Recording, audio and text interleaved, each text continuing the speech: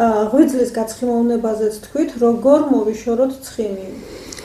ხო, პირველ რიგში პირველად სანამ დაიწყებ და ვამატებ, რომ ყველას გონია, რომ ღვიძლის გაცხიმოვნებას იწვევს ცხიმიანი საჭმელი. არა, პირიქით. ღვიძლის გაცხიმოვნებას იწვევს ყველაზე მთავარი მიზეზი არის ფრუქტოზა. რაშიც კი ფრუქტოზა შედის, ის არის ძირითადი გამოწვევი. თუმცა არის სხვა მიზეზებიც, ეს არის ალკოჰოლი, ეს არის ინტოქსიკაცია, ქვეყანა რაღაცები, მაგრამ ძირითადი პირველ ადგილზე მნიშვნელოვნებით ეს არის ფრუქტოზა, რომელიც შედის თაფლში, ხილში და კიდე ქვეყანა პროდუქტებში.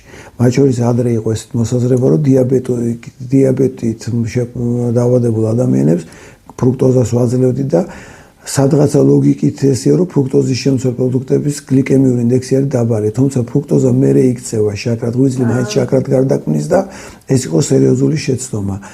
ღვიძლის გაცხიმოვნებას რითი უნდა გავუმკლავდეთ? პირველი როცა აღმოაჩენთ, რომ ორმოში ხართ, ხრა უნდა შეწყვიტოთ, რომ უფრო ღმართ არ ჩახვიდეთ. ანუ პირველად უნდა გაკეთოთ, ფრუქტოზა უნდა ამოიღოთ ხმარებიდან.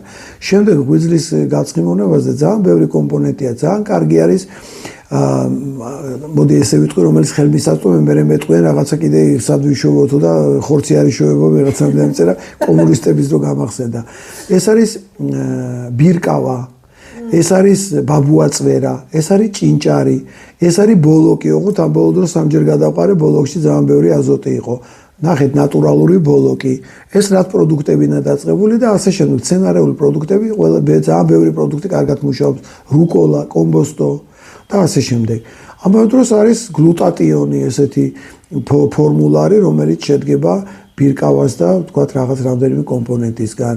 არის ძალიან კარგი ღვიძლის გაცხიმოვნების დროს კვერცხის გულში შემავალი ერთ-ერთი კომპონენტი. და გამაგიჟო და კვერცხის გულის ერთად არჭამოთ ქოლესტერინი გაქვს მაღალი ღვიძლი. პირიქით. კვერცხი შედის ყველაზე მნიშვნელოვანი პროდუქტების პირველ სამეულში, საქონლის ხორცთან და კომბოსტოსთან ერთად. ასე რომ კვერცხი შეგიძლიათ შეზღუდვის გარეშე რამდენიც გნებავთ იმდენი ჭამოთ.